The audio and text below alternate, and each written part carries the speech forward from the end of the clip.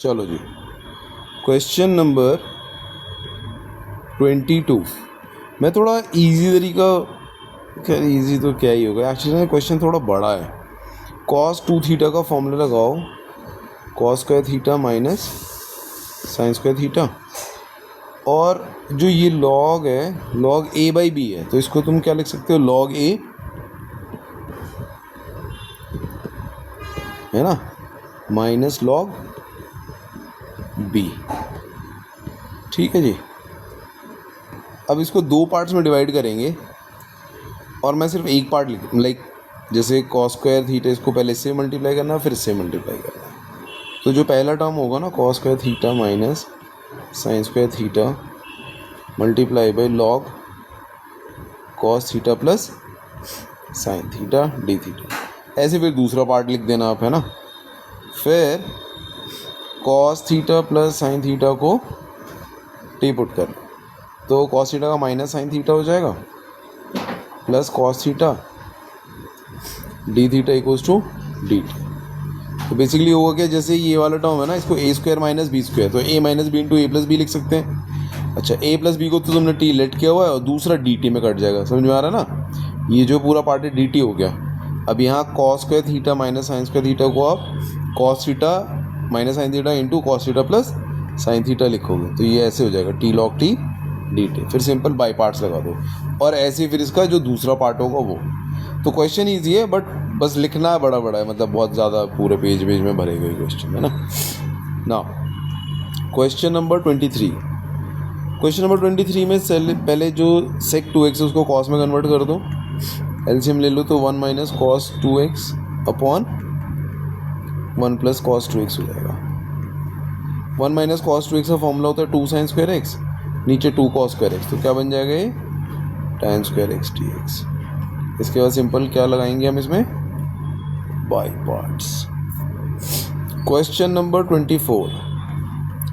Integrate करना है हमें 1 by log x minus 1 by log x का होल स्क्वायर। हालांकि ये क्वेश्चन ना सिमिलर क्वेश्चन है आपका एनसीईआरटी में भी, एक मिसलेनियस एग्जाम्पल में देखोगे, integration of log x plus 1 upon log x का होल स्क्वायर डी एक्स। तो मैं इसको बता देता हूँ, है ना। इस क्वेश्चन में क्या करें, क्योंकि इसमें एक स्टेप के बाद यही आएगा। इसमें क्या करना है आपको,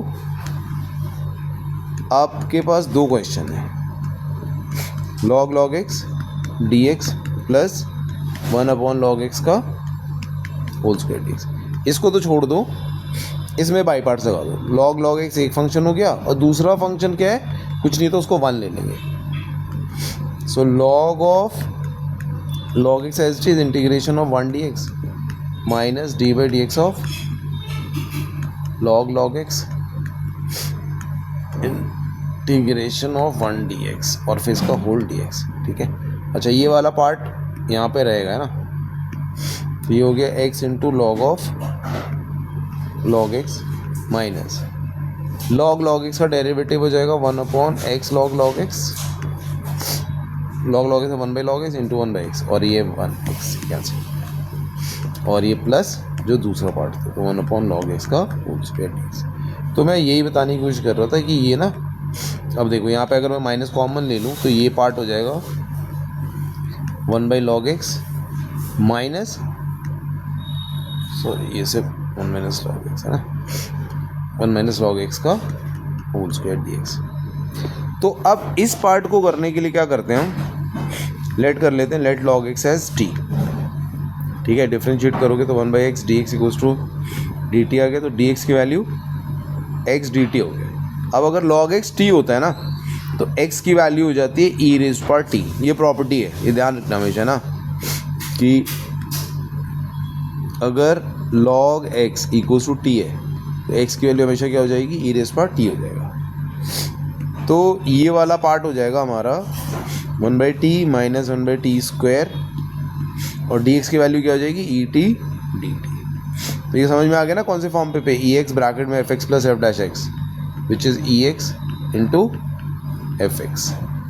टी की वैल्यू वापस पुट कर दो, तो ई रेज़ पर log of x into 1 by log x e log x, x होता है तो x upon log x plus c हो गया, और पहले से जो टर्म था वो that is x log of log x.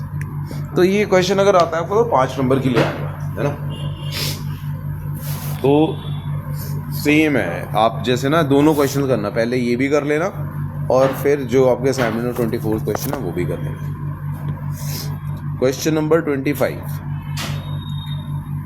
बहुत डायरेक्ट क्वेश्चन है, आप इसमें सीधे लेट कर लो a plus B cos x को t, a का 0 हो जाएगा, minus B sine x D x equals to D T हो जाएगा। न्यूमरेटर में साइन 2x था which is 2 sine X cos X, और नीचे तो टी स्क्वायर हो गया D T. Sine X sorry अभी तो डी एक्स है, साइन एक्स डी एक्स की वैल्यू हो जाएगी माइनस 1/b बाहर, 2b बाहर ले लेते हैं, ये डी टी हो गया, कॉस एक्स बच गया, कॉस एक्स को क्या पुट करोगे आप, T minus a/b whole upon T square D T, है ना, कॉस एक्स की वैल्यू। तो b भी बाहर चला जाएगा, 2/b स्क्वायर हो गया, और ये बच गया हमारा t minus a upon T square D T. Separate कर दो एंड देन इंटीग्रेट, और फिर फाइनली t की वैल्यू।